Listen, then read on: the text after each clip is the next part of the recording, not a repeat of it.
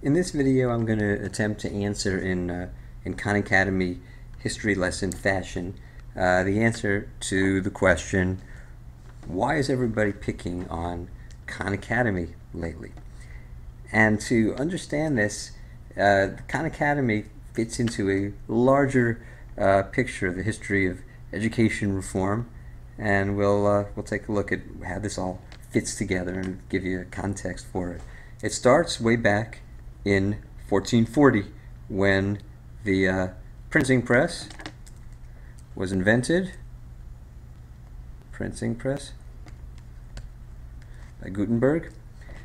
Up until that time, you needed teachers to teach you things in the oral tradition, and then books started getting printed, and at that point, and ever since then, people have been able to learn things on their own by reading books, even if a teacher wasn't there, and that included math books and chemistry books and all other types of books. Fast forward to 1992. In 1992, William Sanders, pictured over here, I'll use a different color. This is Sanders. Sanders started doing some research on how effective teachers are and whether certain teachers are able to raise standardized test scores higher than other teachers, and by trying to measure this, try to come up with an objective way to measure teacher quality. That was 1992. It's an interesting idea, and in 2002, Mayor Bloomberg, New York, was elected. He's over here, Bloomberg. And one of the first things that he did is get mayoral control of New York City schools and appoint as chancellor Joel Klein. Now, Joel Klein and Michael Bloomberg started a new sort of stage of what's now known as education reform, and it's based mostly on the idea that most teachers are bad and lazy. The good ones are lazy, and so basically nobody does a good job, very few. And what we need to do is find the bad teachers, fire the bad teachers, maybe shut down the schools with the bad teachers in them and replace them with other schools, probably charter schools. So this was a philosophy of education reform in the early 2000s. In 2007, Joel Klein helped get elected or get appointed to the Chancellor of Washington, D.C., Michelle Rhee,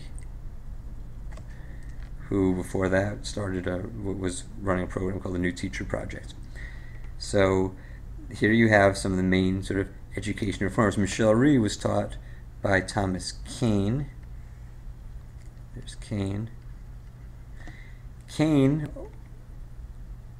pursued research similar to what Sanders was working on, and came up with this with even more details about what's known as value added.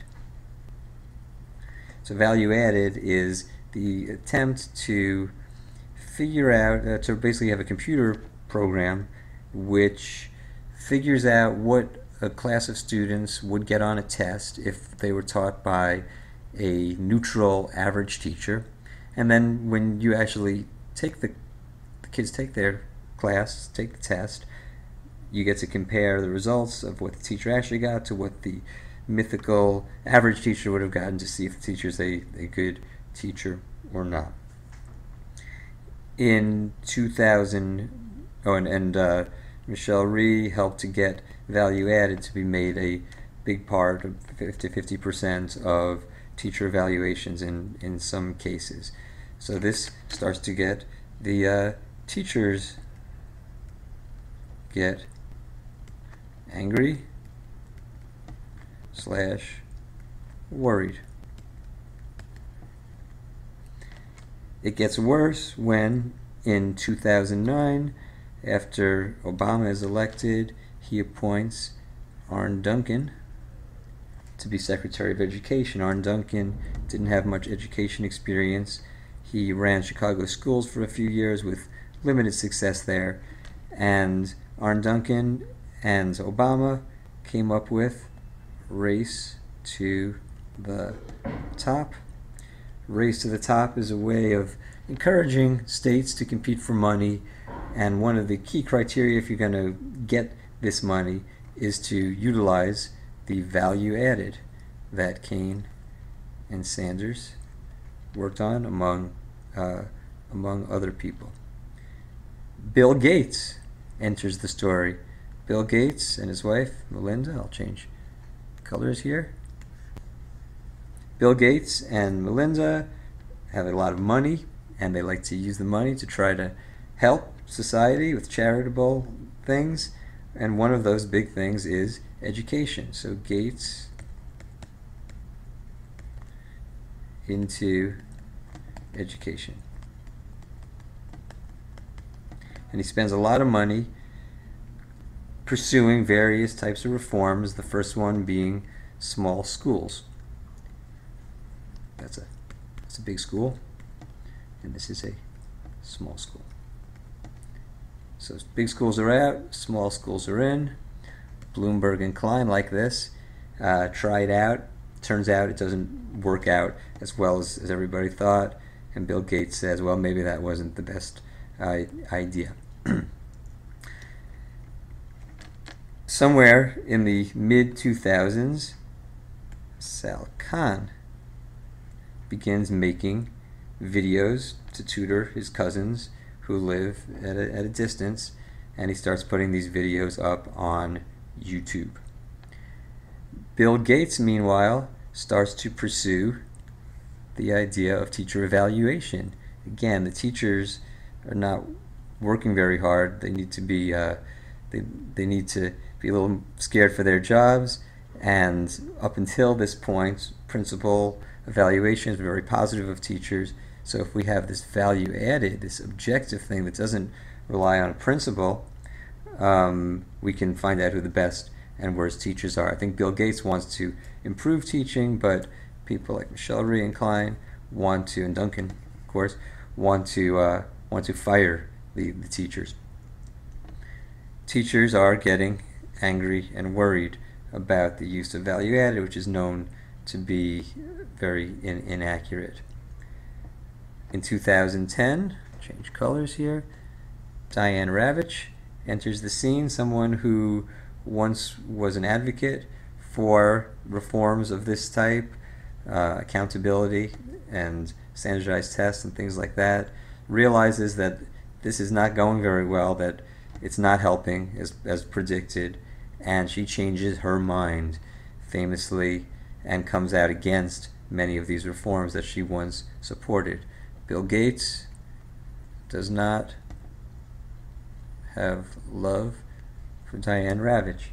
She accuses him of not listening to teachers and research and just pursuing what he wants to think is true. So, how does Sal Khan work into all this? Well, in 2010, Gates praises Khan Academy and says that Khan is the best teacher in the country. And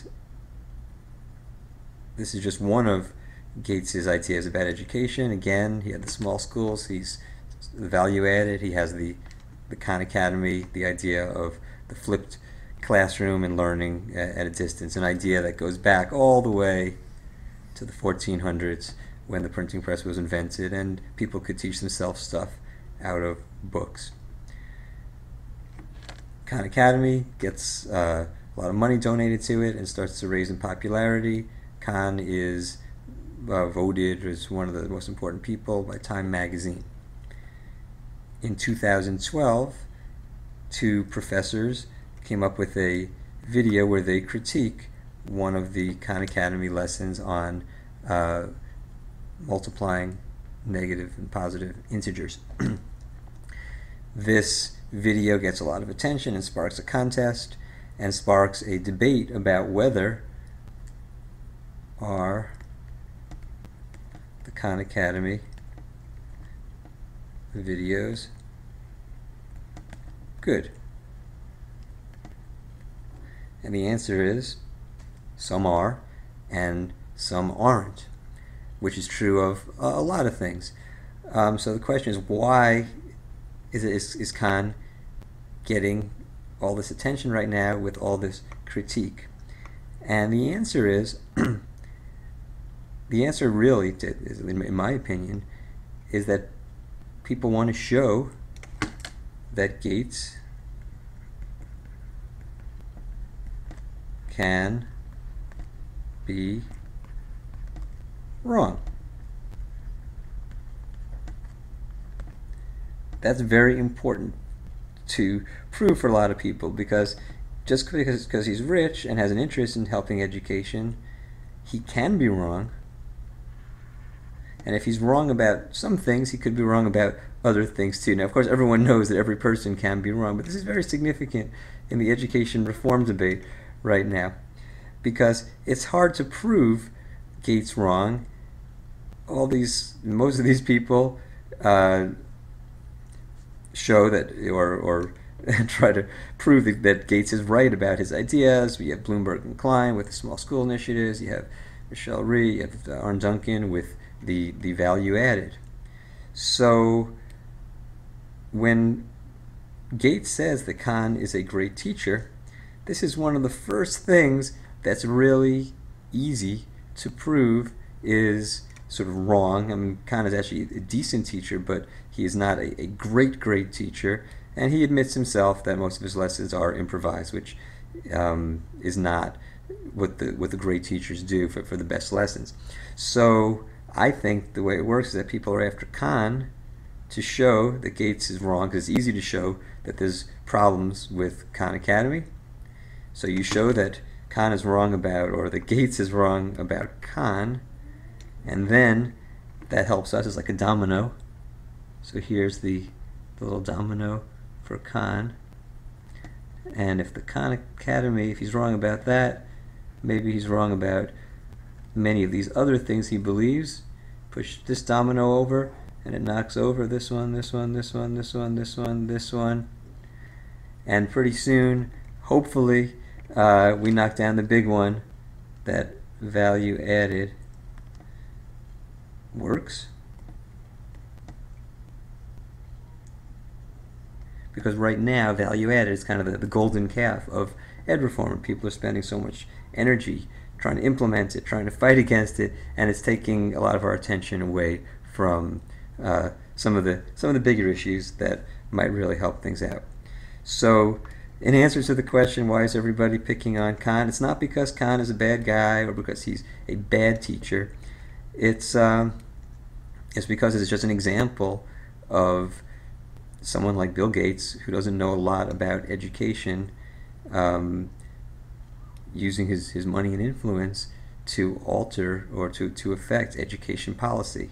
And by showing the Khan Academy is not as good as he thinks it is, it opens up the door that Gates could be wrong about other things also. And of course, everyone could be wrong about a lot of things. I'm personally wrong about many things each day, but I think that this is why educators are sort of jumping on the bash Khan Academy. It's just an example of something that's not really based on research, and it's overhyped, and we have too many things being overhyped. Charter schools, education reform, espoused by Arne Duncan, and we need to sort of put this hype into perspective in order to have a meaningful conversation about what might help education. Well, that's a little lesson about why everybody is jumping on and attacking Khan right now.